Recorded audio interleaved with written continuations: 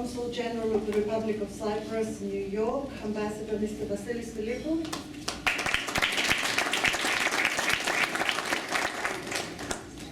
Distinguished guests, dear friends, I congratulate Mrs. Georgia Nomikou and Greek National and Tourist Organization for their altruistic initiative and their vision of extending their philanthropic support by contributing a percentage of their trip cost to the listed foundation organization of their choice. Our society needs philanthropy and foundation to support people searching for solutions to the poverty and other problems. Caring about the future of philanthropy and foundations is caring about ourselves, our communities, our society, and our ability to renew ourselves. I believe that we will not survive as a world society unless we enable more people to live with dignity and confidence. Philanthropy can and should be a force for that fairness and opportunity worldwide. I wish everyone success in your noble endeavors.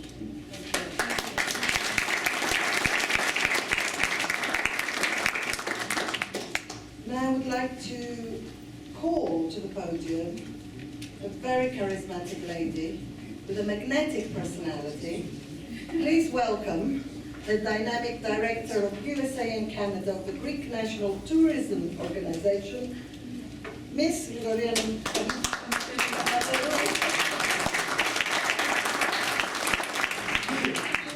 I didn't pay them to say all this nice words about me.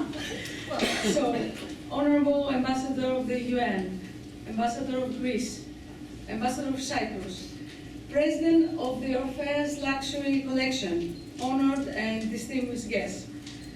It is with great pleasure that I welcome all of you to our offices tonight on this very special occasion. As I'm certain most of you know that Greece is a wonderful and unique destination. Our Greek National Tourism Office is thrilled to share with you that last year, in 2014, Greece had an impressive 30% increase in tourist numbers from our territory, United States. But even more exciting is that in 2015, with strong early bookings, we are expecting an even greater increase of over 30%. This evening is not about our successes in tourism. It is about sharing our extraordinary country, as the Ambassador of Greece said, with fortunate visitors, helping those who are not as fortunate. We would like to congratulate Mrs. Georgia Nomikou, the President of Orpheus Luxury Collection, and thank her for her incredible efforts to promote Hellas in the US. Many thanks also to Orpheus Luxury Collection team for this great evening we are all about to enjoy. Thank you.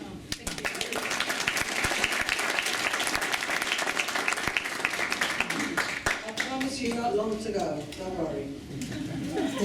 Please welcome the recently retired Press Counsellor of the Press and Communication Office of the Greek Mission to the UN, Mr. Nikos Papakonstantinou.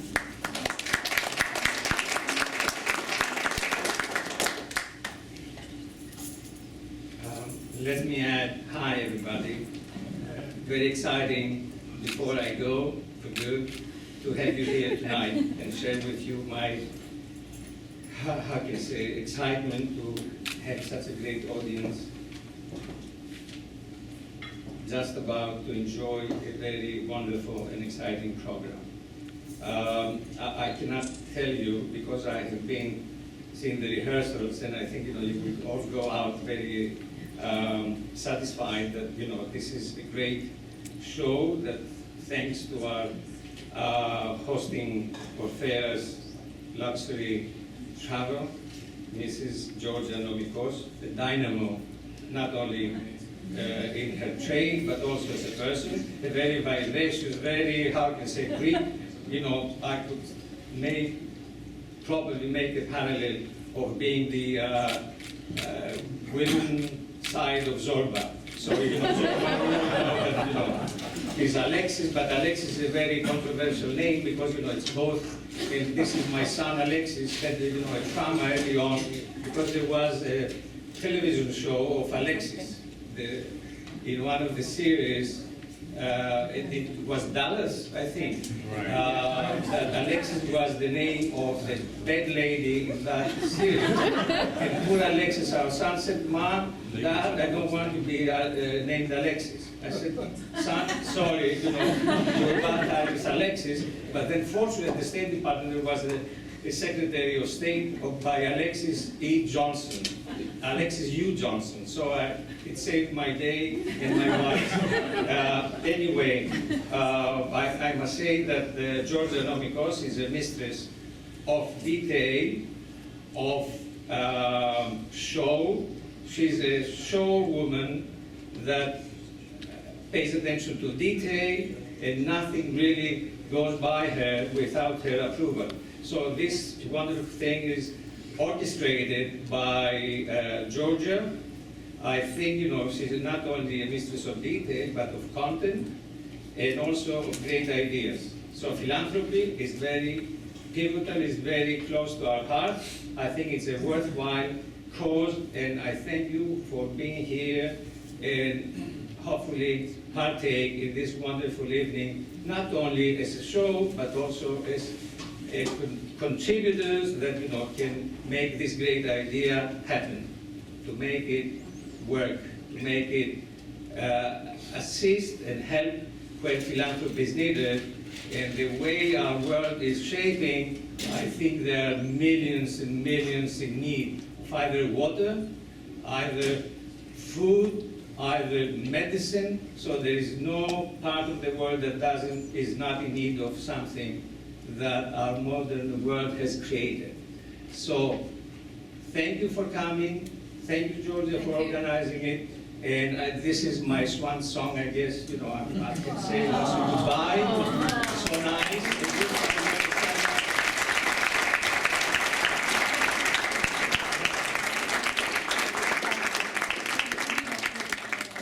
A stand-up comedian, I would say that this is, a wonderful stage, so I can say goodbye to all of you. Oh, thank you.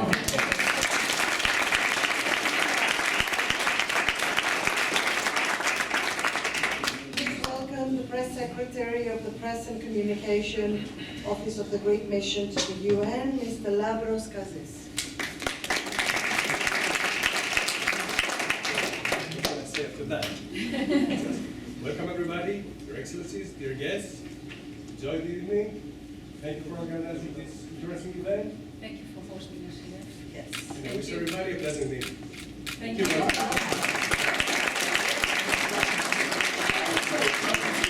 Short and sweet. There you go.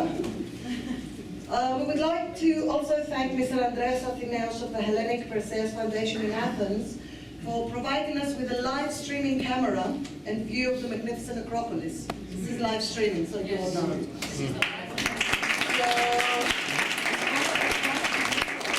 Ladies and gentlemen, Yes. This is now we would like to take you all on a journey through time.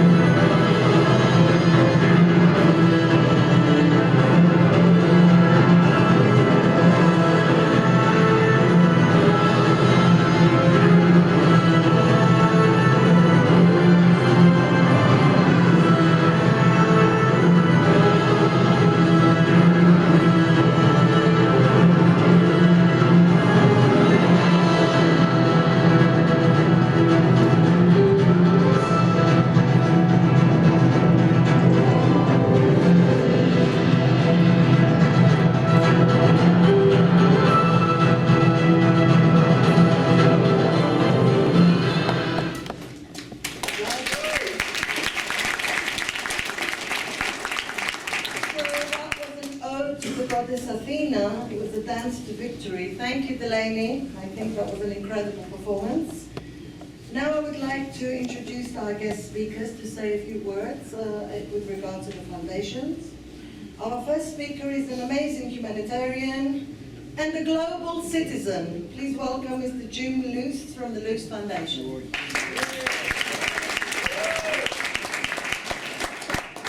Thank you very much. Your Excellencies, George Arlini, thank you all very much for inviting me here tonight. I grew up in Ohio and I moved to New York 33 years ago via Tokyo, and I got a job with a Japanese bank in Japanese. And that was one of my first international experiences. But before then, as a kid, I lived in Paris for a year. And then in high school, I went to Germany for a year, and then after that, Colombia, and then eventually Indonesia. So I've been around the world a little. But I worked, started off with a Japanese bank down on Wall Street, and worked in finance for about 25 years. But it just wasn't enough for me. Now that I'm 55, about 10 years ago, I decided that I really wanted to do something else with my life, that I wanted to get involved with philanthropy. I didn't have the assets to do much of anything, but then, unbeknownst to me, my mom pushed me to begin to get involved with orphan care. I had adopted a 10-month-old infant from Indonesia who was the love of my life, and I was very shocked at how bad orphanages were overseas.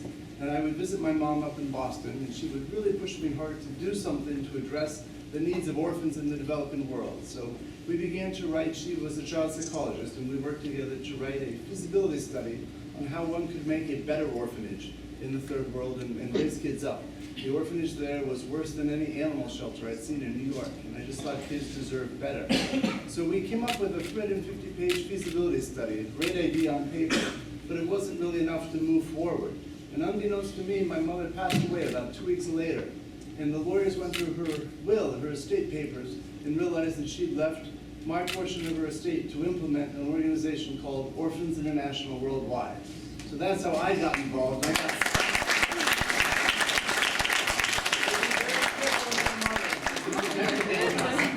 So my parents were divorced, and a lot of Americans have divorced parents, and you try to pull things together. So now my philanthropy is based on arts, education, and orphan care. And people wonder, well, that's kind of a weird combination. Well, it's divorced parents. And when my father passed away, he was a college professor, very engaged in global leadership. Now leadership is an actual thing on college campuses, but back when I was in school, you were a Japanese studies major or whatever. My dad was a French prof, but he really enjoyed imparting wisdom to leaders. After the earthquake in Haiti, I met the American ambassador there, and he said he grew up in Ohio. And I'm like, wow, where'd you go to school? Miami University. Wait, Haitian ambassador, you must have French, right? Yeah, Miami University. Well, did you have, yeah, he had both of my parents to become a French-speaking Haitian American ambassador to Haiti. So those are the things that turned my dad on. So I've been very involved with Greece ever since I was a roommate of a Greek in college, College of Worcester in Ohio. And pretty much I only learned one Greek word, but he used it frequently, especially when he was annoyed.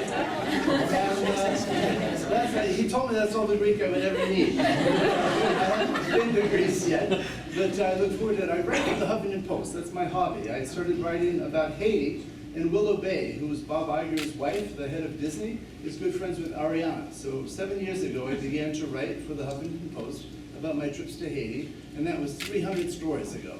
So I spend about 10 hours several times a week to write about individuals or organizations uplifting of humanity. And my own organizations are Orphans International Worldwide, Raising Global Citizens, and the J. Luce Foundation, supporting young global leadership. And I hope through this initiative, through luxury travel, giving back to philanthropy. I think Greece invented philanthropy. No, I'm not sure exactly, but they certainly know the arts and they certainly know education. And I'm hoping to visit Greece soon and see what they do with orphans. So, anyways, lovely to be here. Thank you all so much. Thank you.